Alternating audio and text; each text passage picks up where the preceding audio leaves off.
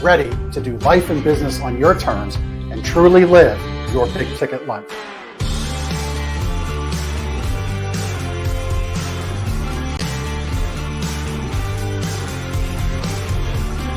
You either make excuses or you choose to level up. Amazing guests living the big ticket life. Woo! Woo! Brandon Britton here. Appreciate you having me here today, man. It's that kind of discernment, that kind of focus, that kind of forward thinking that's so important if you're going to succeed in business today. Jeff and I are like friends. We're real friends. We are And so you unlock fortune and freedom without all the stress that normally comes along with it. It all comes down to your why. You know, your business, why are you doing it? You know, how is it going to change the world and what's it going to do for your family? I want you to celebrate your success. Talk about the struggle, but I promise you, the story is in your struggle. They'll never be able to say that about me because people only see me working hard at anything that I'm doing whenever they see me. Focused on your success and the success of those around you. But being that constant in your community, good or bad, whether things are great in the community, bad in the community, be steady. Unapologetically do business and life on your terms and truly live your big ticket life. What amazing guests living the big ticket life. And we discuss how they do it and the big ticket methods they use. The things that make your life successful so you do life and business on your terms. In and of itself, the only limitations that we really have on ourselves is the ones that we allow to be put on ourselves. And most people don't look at it in that perspective. There's nothing wrong with being humble, but there's also nothing wrong with stepping into your superpower and letting people know who you are.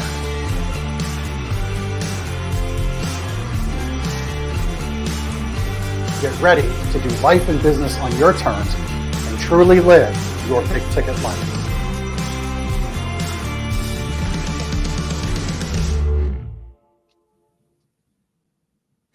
All right. Well, this week's guest, Laura Renner, has definitely stepped into her superpower.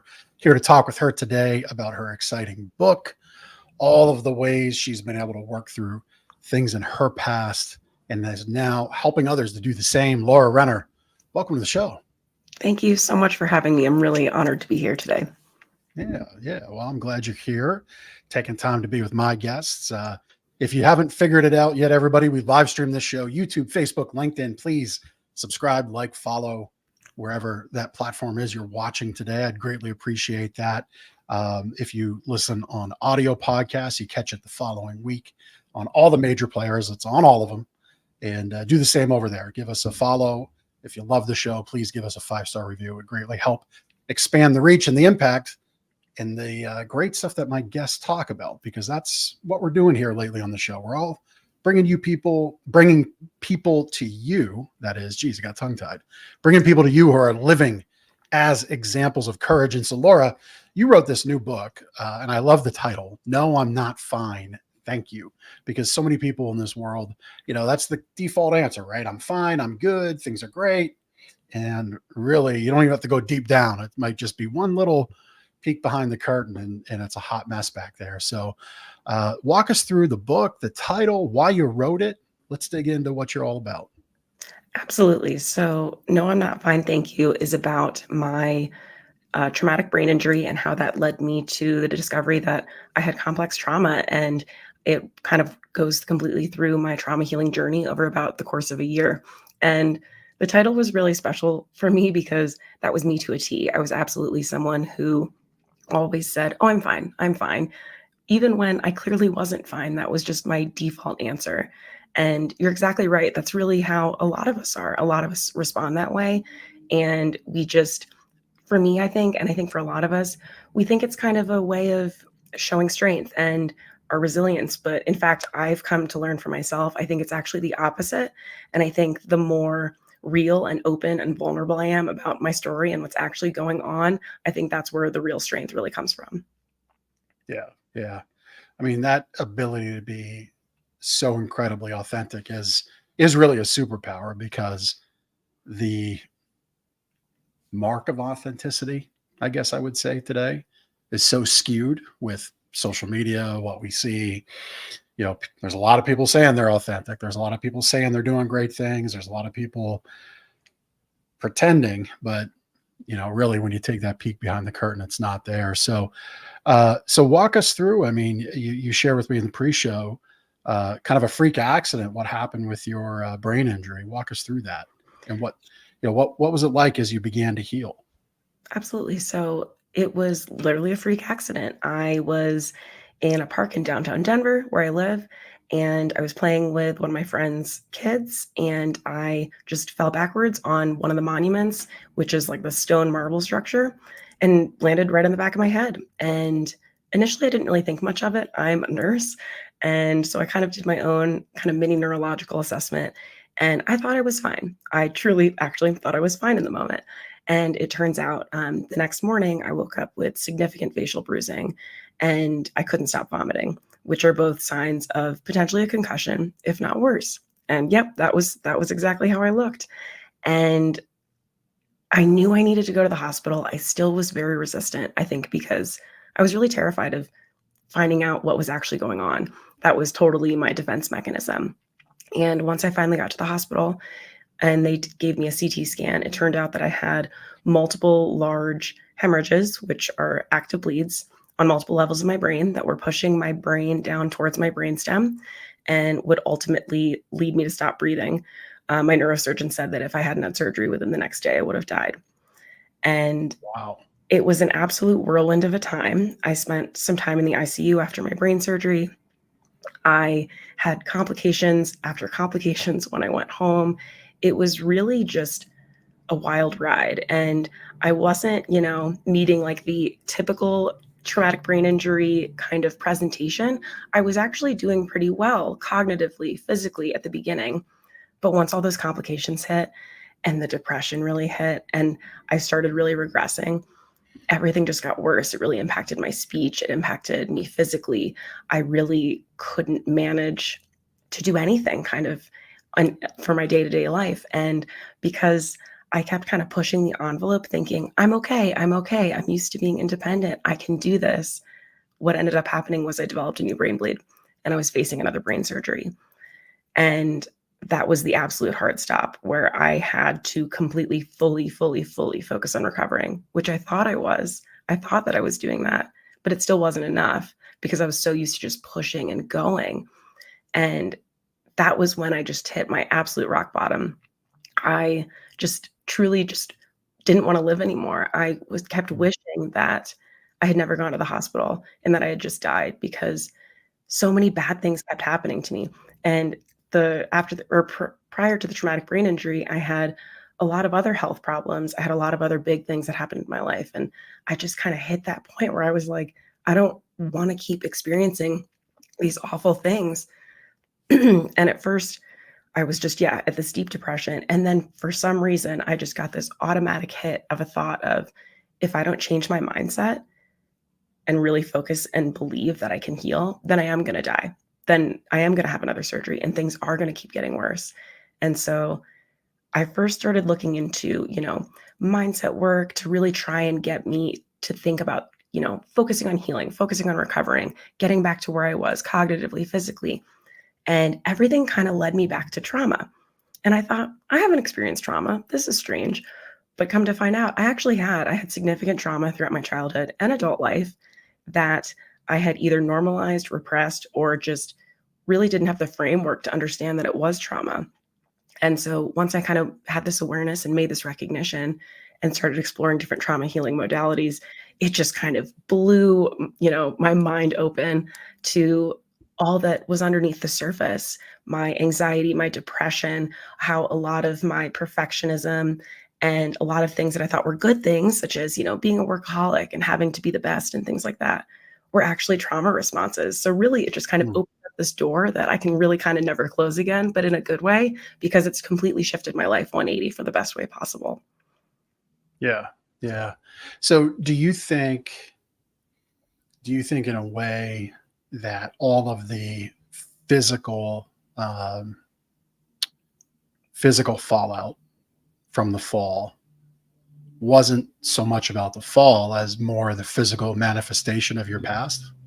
1000%. I completely think that. I think it was a combination of past trauma that I had never healed or even really scratched the surface of. But also, I think it really just stemmed out of the fact that I always believed the worst thing would happen to me. And so, therefore, that often happened. But also, I had no concept of safety. I had never felt safe within my body, within myself, within the world. I have just always been this super anxious, hyper vigilant person since I was a child. And I always just was waiting for the other shoe to drop, waiting for something bad to happen. And that's really exactly kind of how my life played out. And once I was able to really kind of connect those dots and start to heal that and think differently and act differently and believe differently, it has just completely changed the trajectory of my life for the better. Yeah. Yeah. It's wild how, when we're actually forced to feel things, how it changes our perspective. Right. So I've talked about my past on the show quite a bit. And, for me, I've said, what I really want in life is to heal this big gaping hole in my chest.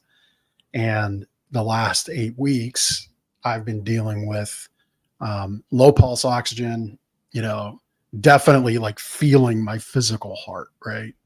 And so I've done all the tests and everything ends up being fine. So we're still uncovering what all that's about. But, I was very calm with whatever might come, and am calm with whatever might come, because to me, it's like, well, this is just this physical manifestation of all this stuff from the past.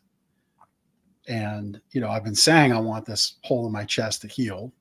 Right. And so maybe I'm just going to be given it through surgical or physical therapy remedy.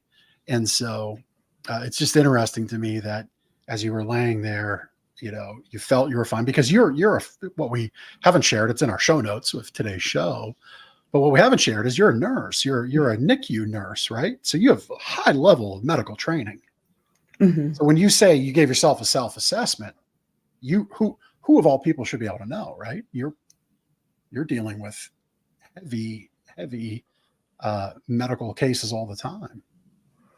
Absolutely. And, it's funny because I talk about this in my book, how with some of my previous health problems, I avoided the hospital at all costs. And even with the brain injury, my boyfriend, kind of placated me by taking me to urgent care first, because that was always my move. I go to urgent care first. I didn't believe it was that big of an emergency because I'm used to seeing such high level, intense emergencies that I just never was able to equate myself to those levels.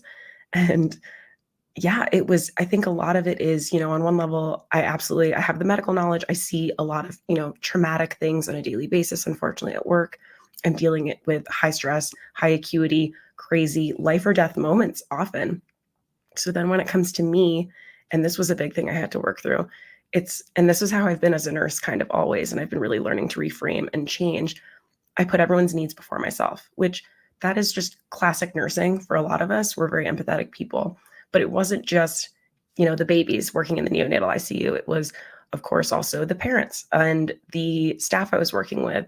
And then it was also just me almost martyring myself, thinking that I can help, I can just work more. And if I work more, and if I do more, and if I help, and if I just do more, it just makes everything better. And that was almost my way of validating myself and giving myself worth, because I didn't have it. So I thought that if I just keep pushing and keep doing all these things to help other people, that would give me that, feeling of worthiness. And it didn't.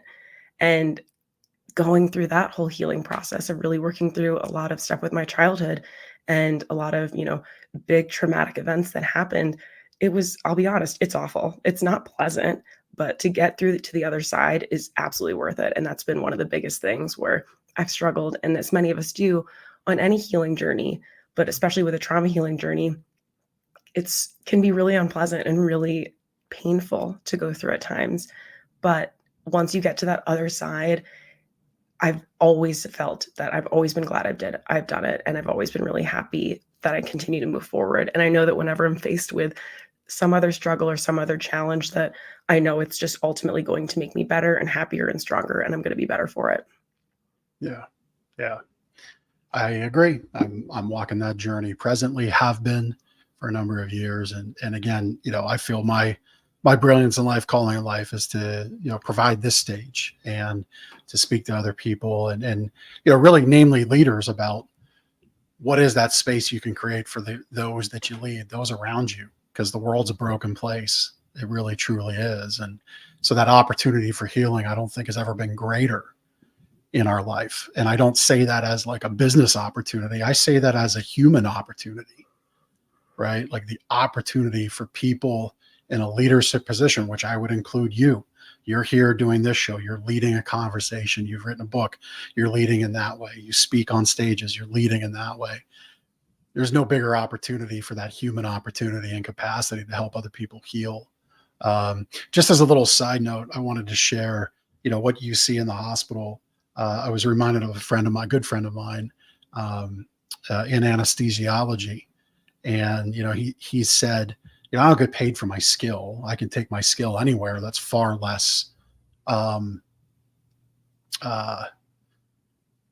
the word I'm looking for? Traumatic, because he sometimes works ER.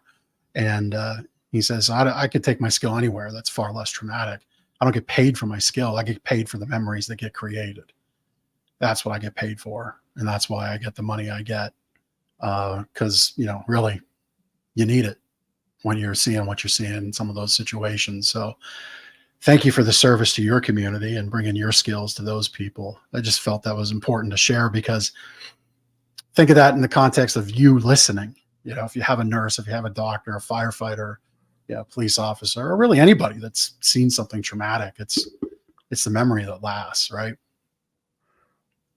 Yes, completely agree. And thank you so much for saying that. It's interesting because I actually stepped away from nursing to heal from the traumatic brain injury and just really kind of dig deep into trauma healing. And I recently, a couple months ago, started back on my old unit. And it's been really great in a lot of respects. There's also a little bit that's been re-traumatizing, a little PTSD to some extent. But I will say that just having this different lens of the role that I play in someone's potentially one of the worst moments of their lives, of their child's life. And I always knew that, but now it just really resonates in a different way, where I'm thinking, every little action makes such a difference, because I can speak, from being on a healthcare provider, but also being on the patient side. I've been a patient many times, and I have good memories, and I have some really triggering and really terrible memories of, unfortunately, some of the care that I received. And it really just makes such a difference. And so I completely agree with what your friend said about how it really just does come down to, it's not just about the skill set. It really is just about the empathy, the connection, and the care really makes such a huge difference and goes a long way. Yeah. So I want to get to the question I want to get to, but now there's another one. And this is the way the show goes, right? We sometimes go left, we go right, we go down the middle, we go up, we go down. This is why we just have a conversation. So my belief of my childhood and what happened through early teenage years, although the abuse ended at age 12. And for those that don't know, who might be tuning in, maybe you're fans of Laura. So I'm stand as a victor over the grave of my childhood sexual abuse. And it was really awful. Lasted from age 7 to 12, and, just was really terrible. And, and I can stand here today and share that relatively freely without a lot of issue. And for me, my belief, and a lot of peace came from this thinking, that I was put in the path of this abuse, and I have a faith driven statement behind this, and a belief in faith behind this statement, put in the path of this abuse to be here today now talking about it. Right. So it kind of goes in that frame of being that, things don't happen to us, they happen for us. Right. Because there's a lot of, namely men, that have been abused that just cannot, will not, could not possibly bring themselves to talk about this in a free, open forum. And yet every time I do, especially in person, I have people that'll reach out in person privately to the side, social media message thereafter, maybe a text message, and say, hey, we share that bond, unfortunately. So my question to you is, do you think that your journey in life, that fall was given to you for a reason? You touched on that empathy of care thereafter as you got back into nursing. Yeah, 1000%. I think that, it's interesting, kind of the escalation of the bad things that have happened over the last, 6 years for me now. have just gotten more intense, more serious, more life-threatening. And I truly think that it required this kind of literal smack in the head to wake me up to the realization of I have trauma, I have significant things that I need to heal, but also the biggest reason for all of this is so that I can share my story, because I think like you and like fortunately more people that continue to share their stories, this is what we need.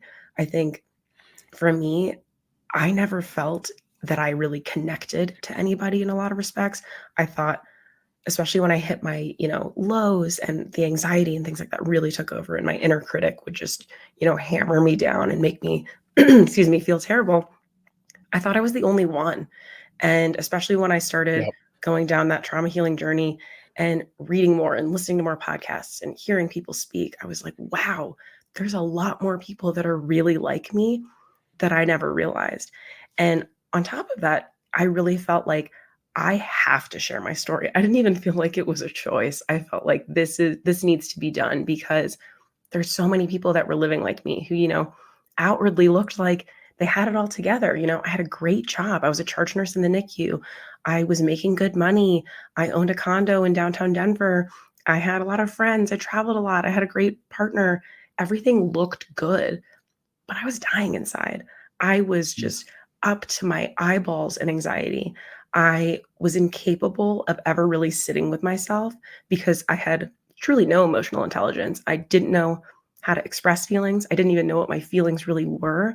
I was so disconnected from my body, from so many years of physical trauma to my body, that I just tuned everything out.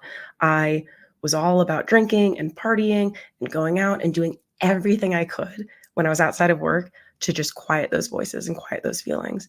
I was just truly like trying to separate myself from myself as much as possible. And I think there's so many of us like that who, look like, wow, they're crushing it at work. They're doing great in life. But in reality, what they're dealing with on the inside is so incredibly painful and unbearable that that's the way that they've been able to channel it. So it's like a positive way per se, but in reality, it is a trauma response. And so I felt like it was really important to share my story and also share, the inner workings of my mind, my thought processes, because, like we kind of talked about earlier, the vulnerability piece, so many of us, that's their biggest fear. And that was absolutely mine. I thought, oh, if I can just be strong, hold it together, if no one knows what's really going on under the surface, they won't judge me. They won't, think bad things about me. They'll think more highly of me, whatever.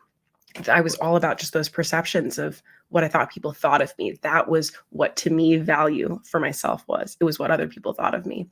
And so as I was able to, really share all that stuff, at first it was terrifying, I'll be honest. But, the response that I've gotten from people, either people that I know or even just people through the internet, emails, social media, and just having people tell me that sharing my story allowed them to feel heard or feel they could relate to somebody for the first time, it was huge. And that was exactly why I wanted to do this, because I know that there's so many people out there that have, similar stories to us and similar feelings of, maybe inadequacy, not feeling valuable and having low self-worth and really struggling with their mental health.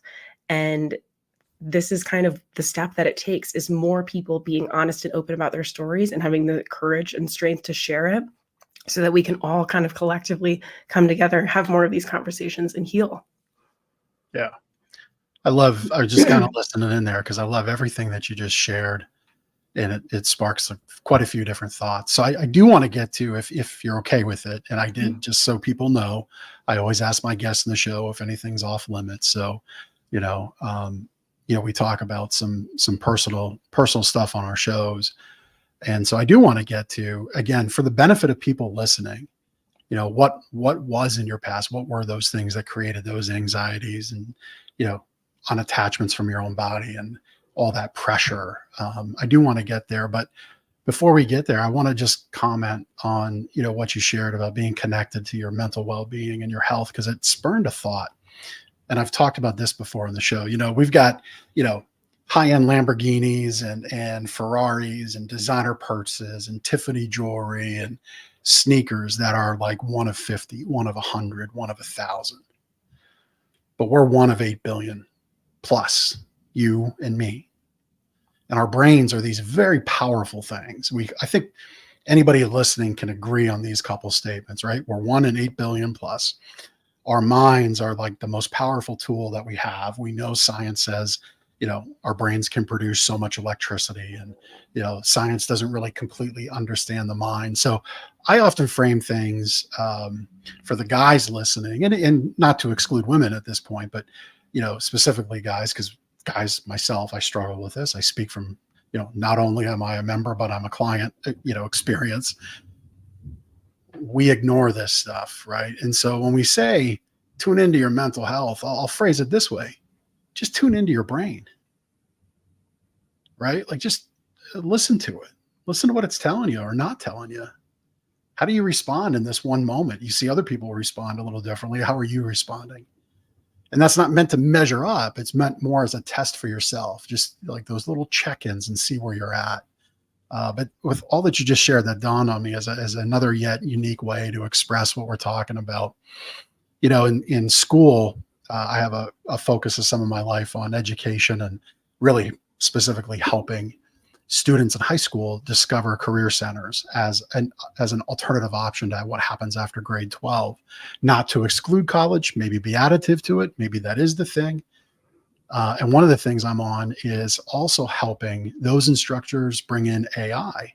And I realize AI is social emotional learning, right? Because AI is more than just asking one question. Our mutual friend, Mike Capuzzi, and I were working on a new project together, and we've got something like a 12 to 14 page prompt to create the collateral that we're working on. And it's all social, emotional learning, intelligence, cluing in. That's what it is. It's, does this word matter? How do people read that word? What do they think when they see it? And what do they feel? And so, long-windedly, talking in circles now, everything we're talking about connects to the human being inside, and that's all right. And I want people to hear that and see that. And that it's all right to be connected to yourself. You should be. You really should be. It shouldn't be you might take pride in saying F your feelings, but there's no power in that. No power for yourself. So yeah, I could not agree more. Yeah, if there's anything you want to add to that, you can. If not, I'll ask the next question.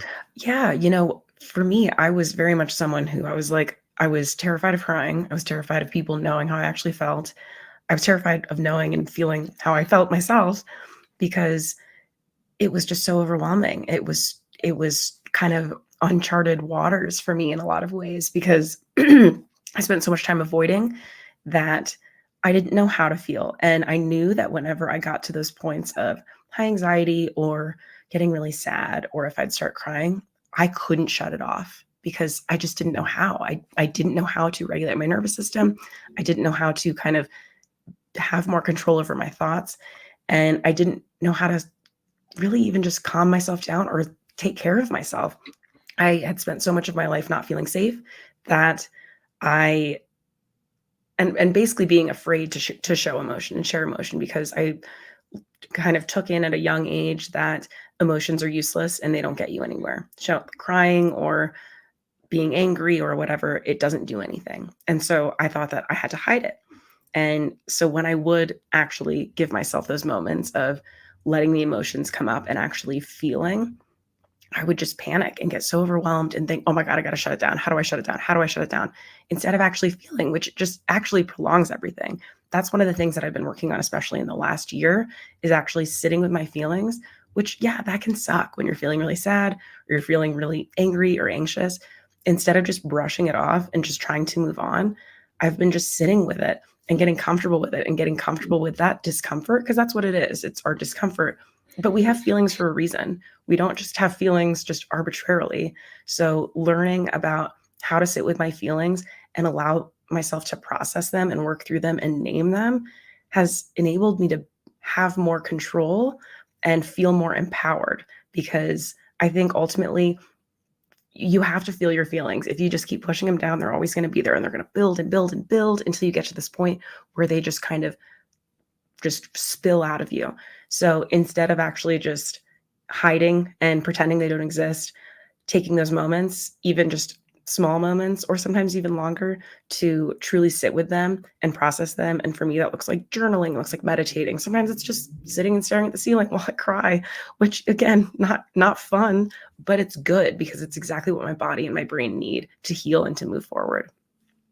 Yeah. I was going to ask you, what does sitting with your feelings look like? So you said journaling, um, meditation, sitting at the ceiling crying. What are some other things that you've shared with people that they can do? I'm a big fan of walking, and thankfully I live in Denver, which often it's pretty sunny. So getting outside, getting in nature, going for a walk, for me, moving my body it's something that I can look back on even when, I wasn't emotionally intelligent and I didn't know about trauma as much. That's what I did as my outlet. And that's still what I do as my outlet. That's a way for me to kind of get out all that energy and for me to really just kind of center myself and process feelings differently. And meditation is huge. That's really one of my biggest ones. Another thing that I love is called emotional freedom technique tapping, which is basically like emotional or psychological acupressure. It is a technique where it's all about tapping on different areas of your face, your chest, and your side as you talk through your feelings. And it's been proven that when you tap on these specific points while you are talking through your feelings, it actually sends signals to your amygdala, which is kind of that threat responder in your brain, to that it's safe and that it doesn't have to respond. So you're able to process things differently without getting that heightened nervous system response. So you can actually process it and organize it differently in your brain in a much healthier way where it feels safer and it lands differently. And that's something that really has worked well for me. I think nervous system regulation tools are really amazing. I think everyone is different. I am all about how trauma healing and healing of any kind is such an individualized process. And I'm someone who I'm all about trial and error. I love to try things. There's plenty of things that I've tried and loved. There's plenty of things that I've tried and didn't like or didn't work for me. So I think it's really important to just kind of learn about what's out there. And I actually, on my website, I have a beginner's guide to trauma healing that's free. And that has a lot of different nervous system healing techniques. It has a lot of different therapies that I talk about in my book and that I've also talked about on my podcast and in various other places that have helped me, and ways to find those resources. There's, YouTube videos, meditations, things like that to just kind of, it's a great place to kind of get started and get your feet wet to help with trauma healing, to help with your mental health and regulating your nervous system. I love it. And so my folks know I got it. I opted in for the beginner's guide to trauma healing just before the show kicked off. And I added the book to my Amazon cart. I have a once a week buy. I put everything in the cart I want for a week, and then I Sunday afternoons look at it, make sure I still want it. So your book will make the cut. Thank you. Maybe the accessory for my truck will not, but there's some in there. But that's a little life hack. If you have a little bit of too much of an Amazon habit, put it in your shopping cart, designate one day a week, and see what's important still a day to 6 days later. But That's definitely smart. Actually, I need to steal that technique because that's right? one of my weaknesses is just almost daily shopping on Amazon. So I might have to It's steal so that easy. idea. Yeah, it's so easy. You like see this thing in somebody else's life and like, oh, I need that too. Mhm. And then you just go and you're like, it's so easy. One click buy and it's done. I put everything in the cart now. And on Sundays, I just do it. Plus it means it's one order, largely one order to the house, which is nice. If you're like me, you have dogs and the dogs bark every time the Amazon guy drops off or gal drops off the package at the door, and then that disrupts work. And so it's a productivity hack for me because it's just less distraction. But no, your book is in the cart. Will definitely make the cut. I recommend that everybody gets the book. You can satiate some of the greatness that Laura's giving you now by getting that report from her site, and that's laurarenner.me as well. So. And be sure to follow her on TikTok and Instagram too. So I love the sitting with your feelings. And one of the ways that I do that is, and it's in the theme of what you were just sharing is time. Take time for yourself. It's not selfish. It's okay to be self-interested. Give yourself that time. Maybe it is the tapping techniques. I'm a big fan of breathing. I do a lot of like box breathing. That's one of the interesting things the last 8 weeks is that with that low pulse ox is whatever I caught, whatever this is, it has knocked off my body's natural ability to just breathe. I constantly find myself shallow breathing, and it's really bad. So I have to focus on breathing. But it's that theme of what you shared is time. So one of those things that I do for time is I take my truck, which is it's funny to say now, it's a classic. It's a 96 F250 diesel truck. I love it. I love the thing, but it's grumpy as hell. It's leaking oil again. And I'm really trying to figure out, my wife's not watching, but trying to figure out how to tell my wife it's got to go in the shop again. Because I think it's the rear main seal, which is not a cheap repair.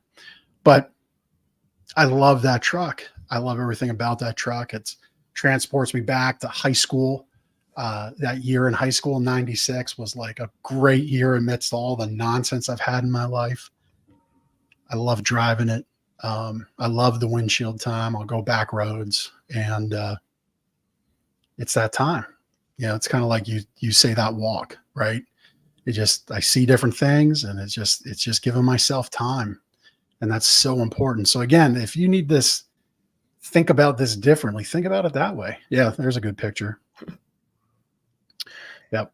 Yeah. Yep. You know, I completely agree because prior to 2021, I didn't give myself any time. My life revolved around work. It was working overtime. My only time off, I was either cleaning and organizing, kind of as a anxiety, or way to resolve my anxiety, I guess. But then also it was just being social, being out, doing things with friends. It was go, go, go, go, go. I never spent time for myself really doing much except for hiking. Hiking has always been one of the things that I've done for myself that I knew was good for me physically, but I also knew did a lot for me and my mental health. I didn't exactly know the mechanics behind it until much later, but now my life looks completely different. Every day, my non-negotiables are I meditate, I journal, I tap, and I go for at least some type of walk. If the weather's bad, I have a little treadmill in the house that I use. But those are things that I absolutely have to do for myself and for my mental health, because I know that that allows me to feel and function better regardless of what the day brings. And so even when I'm working at the hospital, I wake up at 5 a.m., unfortunately, I'm not a morning person, so that's wildly unpleasant. But I know that I need that time to meditate, journal, and tap and do a little bit of a walk, because if I don't, that's when I've had those experiences where I think, oh, I've just got so much going on that I can put that to the side for now. And what ends up happening is I just feel slowly that stress just builds and builds and builds and builds until it gets to a point over, a couple days, a week, sometimes a couple weeks, where I'm just kind of hit a breaking point of really high anxiety, maybe a panic attack, just really low mental health, really low physical energy, things like that. So I know that taking those moments of time for me are an absolute must for just my general well-being. It's not, me being selfish, kind of like you said, people often think, oh, time for yourself is selfish, but it's not. This is something that we all require, and we just put off. We put on the low priority list, when reality, it should be really top priority for everybody, is that care for ourselves, because that enables us to have a higher, better baseline where we can do more and we can function more and really just be happier and just be in a much better state in general. Yeah. Yeah. I think about it this way. Because getting up early, difficult for me as well. Especially as of late, when your body's been starved at 88, 89, 90 pulse oxygen, you as a nurse can appreciate that, and that's here in low sea level Pennsylvania. We're not mile high up in Denver. So like typically I'm told I should be floating in that 97, 98 range. It just wears on me. So getting up early has been difficult, more so as of late than ever before. But that withstanding, I'll issue myself challenges. Like, who else is going to do this? No one else is going to give you this time. So the only person not giving it to you is you. You're the one taking it away from you. You're the one who can control things. Do you want to have the energy to go to your kids' practice? Do you want them to see you present? Do you want your spouse to see you present? That's kind of the way I kind of give these little challenges to myself. And I know I kind of said that a little more harshly with tonality. It's not like I'm beating myself up, but it is how I manage myself. I say, like, who is the person you want to be today? I do want to see time for myself. I do want to take that ride in my truck. I do want to get to my campsite this week or this weekend. I mean, you talk about connecting vibrationally to the earth, which I think is a little bit of what you were saying in hiking. You didn't say it, I said it. Mhm. But man, getting out in nature is so healing. When I'm gelling at that campsite, I swear the greens are different, the birds are different, the air is different. Everything is connected in such a different way. What is it about hiking for you that's been so important, and what you've learned? Because you said at first you weren't as connected.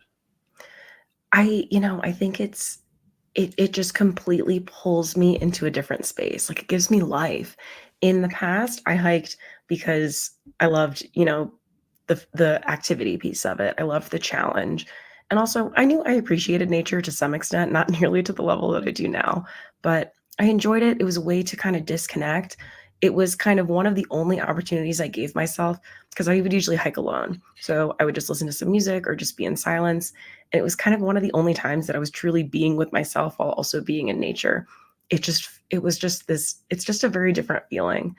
And now, oh my gosh, yeah, there's absolutely, like the grounding techniques, just and also just even, the visuals, the feelings of it all. I mean, there's studies that even show just visualizing being in nature, for those of us who don't have, the luxury of being in places that they can hike year round potentially. Visualizing being in nature, even for just 5 minutes, shows significant benefits to your brain and your nervous system. But for me, it's even thankfully now, even though I'm in Denver, I live close to a lake, so I'm able to at least go for a little walk almost every day, which is amazing for my mental health. But between the movement and the being outside getting sun, it impacts me mentally, it impacts my mood, it gives me energy.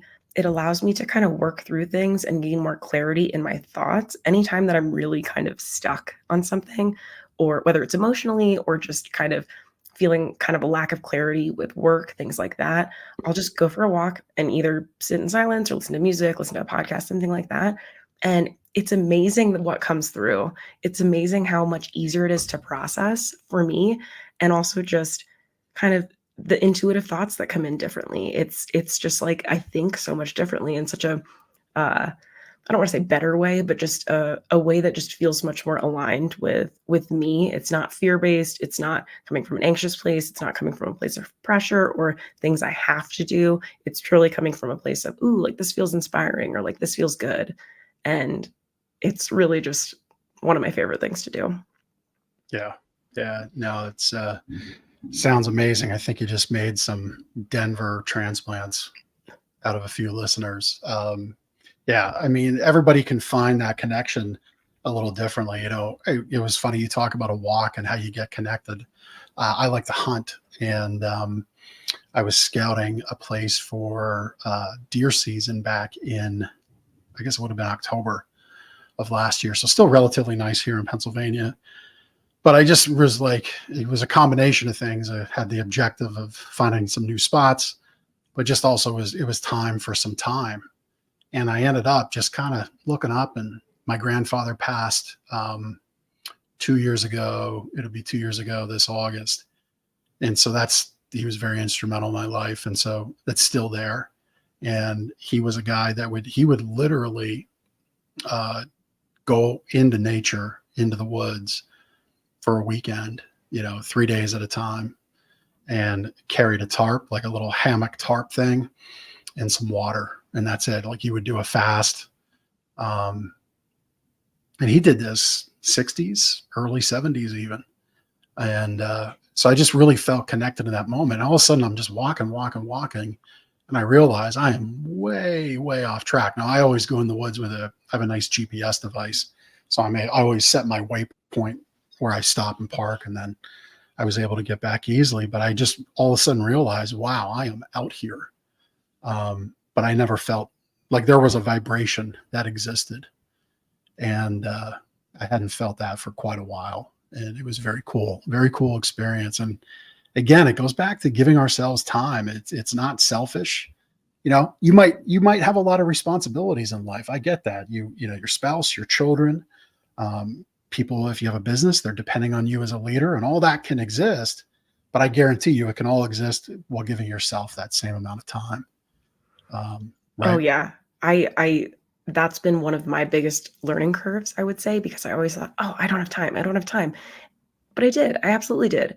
I let my thoughts and the pressures of the things that I thought I had to do completely occupy my mind and occupy my schedule and occupy my life.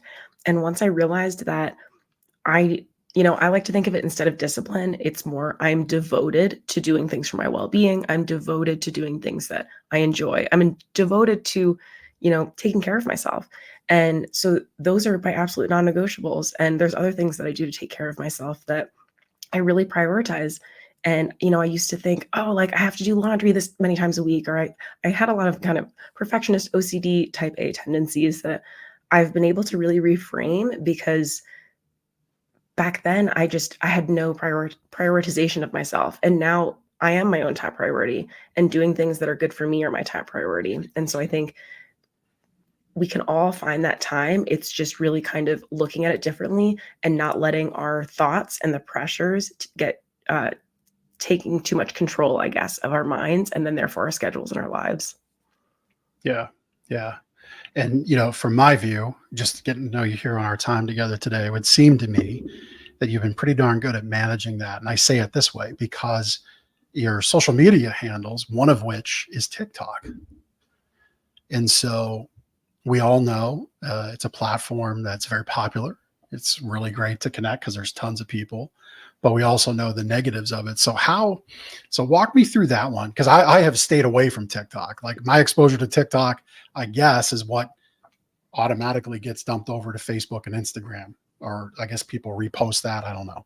I don't have a TikTok account. I don't know that I'm going to have a TikTok account. I'm not all that enamored by it. People tell me, my business peers and friends and networks, oh, you got to have TikTok. I'm like, I don't know. I've kind of done okay not having it. I'm just not all that interested to this point. But with as forceful of a platform as that is, and the heaviness of it for some, how are you managing that platform? Because obviously you're talking about some heavy topics, right? And I'm sure you share authentically there as you have here. I'm sure that breeds some negativity at times. How are you managing all that?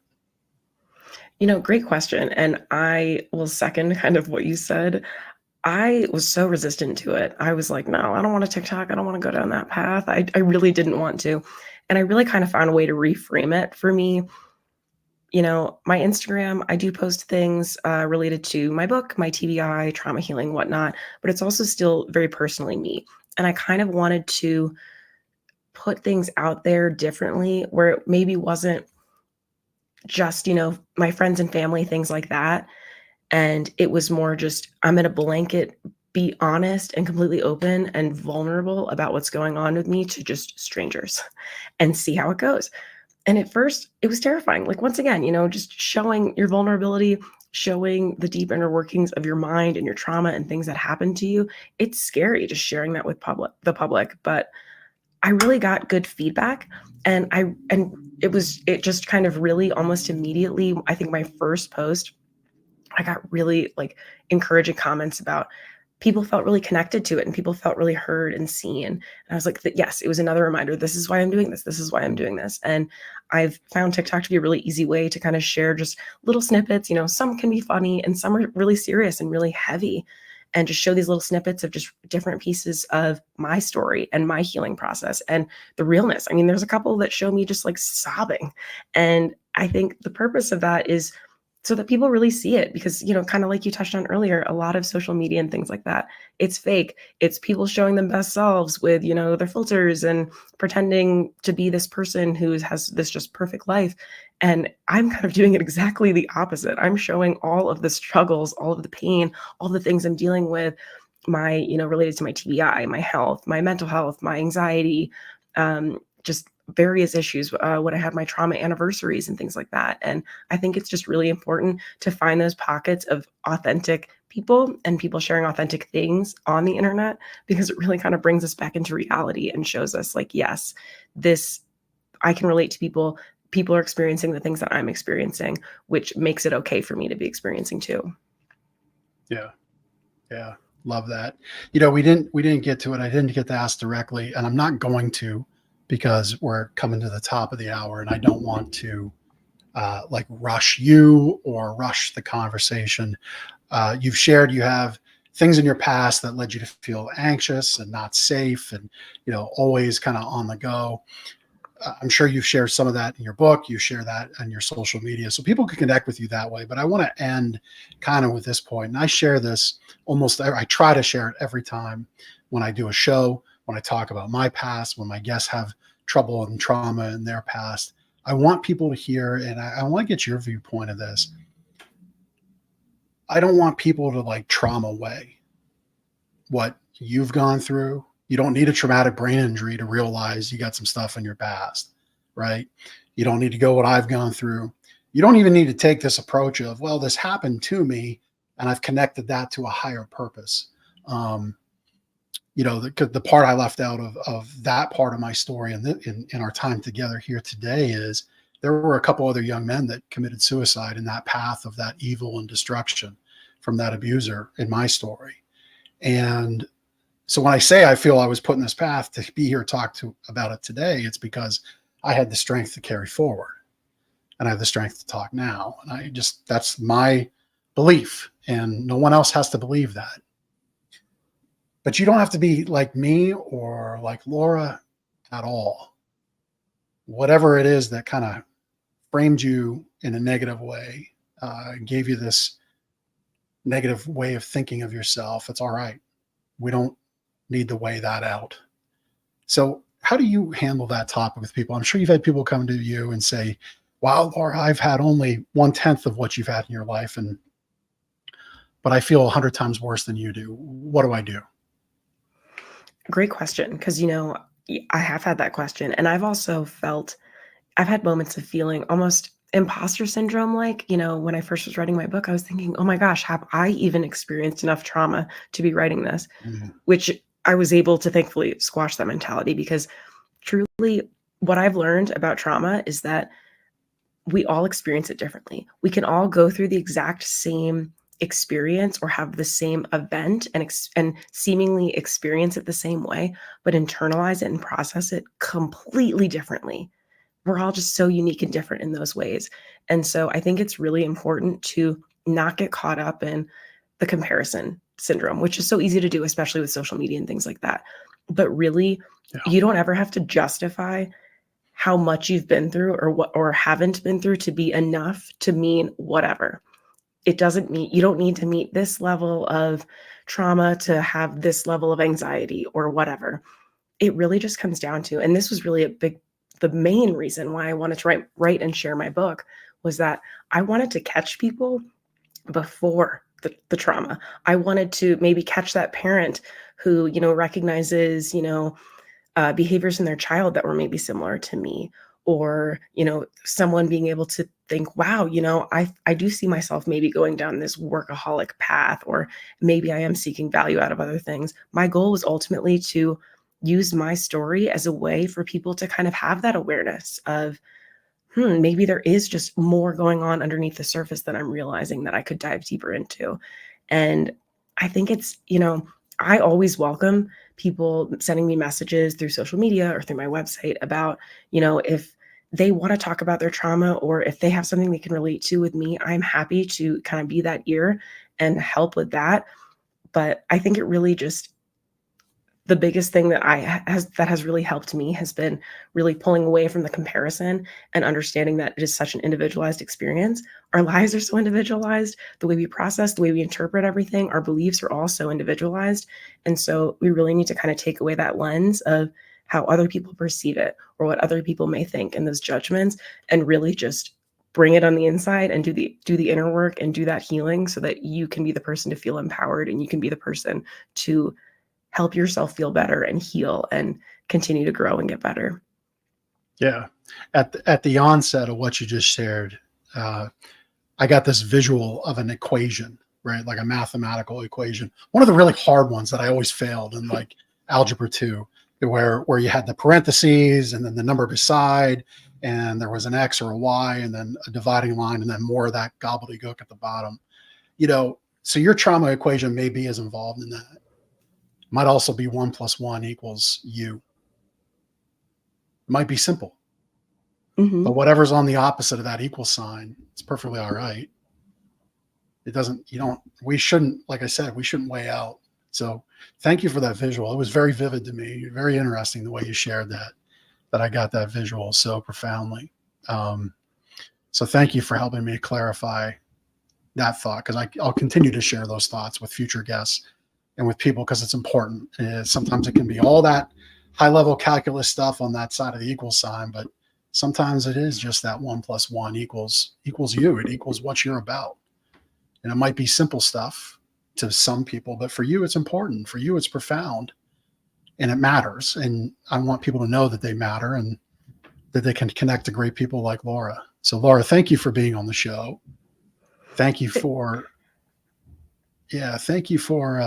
walking in courage, talking in courage, being that living example of courage today. Really appreciate it. You can connect with Laura. She's on Instagram /Laura_Ren. We've had that on the show and in the notes. On TikTok at Laura_Ren, RENN. And please get her book. No, I'm Not Fine, Thank You. It's on Amazon and a bunch of other places. You've got it listed in a bunch of places. Books A Million, bookshop.org, Hudson's Booksellers, Ingram Spark, Petals and Pages. So that's all cool. So if you're not a big fan of Bezos, you can buy it 5 other places and get it there. And then please get her guide to healing right on our website at the bottom. Beginner's Guide to Trauma Healing. It's a free resource to you. I'd love for you to get that. Go to her website, scroll down there to the bottom, click the button, a simple name and email, and she'll get that right over to you. Laura, anything to add as we wrap up our time together? I'm so appreciative of this conversation. I feel like this was really enlightening and hopefully, really impacted a lot of people in a positive way. So I'm so grateful for you having me today. I really appreciate it. You're welcome. Thank you for being you. Thanks for being awesome. Being that living example of courage. I really appreciate you. Thank you. All right, everybody. Thank you to Laura. Thank you to you for watching. It's been another great episode of The Big Ticket Life. And until next week, we'll see you all later. Take care. Thank you so much for taking the time to listen to this episode of The Big Ticket Life. You've heard from another amazing guest living their own big ticket life, and now it's time to live yours. First, I'd love for you to take me up on my free gift to you. Claim your gift at gift.thebigticketlife.live. That's gift.thebigticketlife.live. See, all your life you've been told what is and what isn't possible by the loudest voices from the cheapest seats. It's time to finally do life and business on your terms. Sure, you've heard similar things, but without clarity on what can be done, it's easy to have your customers, employees, maybe even partners, and your spouse keep you from truly living a big ticket life. My big ticket methods shift you into that investor seat in your business, away from commodity and away from competition, into a market of one, so you can finally live your own big ticket life. So my gift to you is for you to book your discovery call today, where we'll uncover first the Chivo behaviors, those chief everything officer behaviors that hold you back, and why moving into the investor seat in your own business is critical. 2, we'll uncover the premium position that's up for grabs right now in your market that you're missing out on. And 3, which big ticket methodologies are just waiting to be dropped into your business to explode your sales and profits. So again, thanks for listening to this episode. I'd love for you to take action right now. Accept this gift, book your call, go to gift.thebigticketlife.live. Again, that's gift.thebigticketlife.live.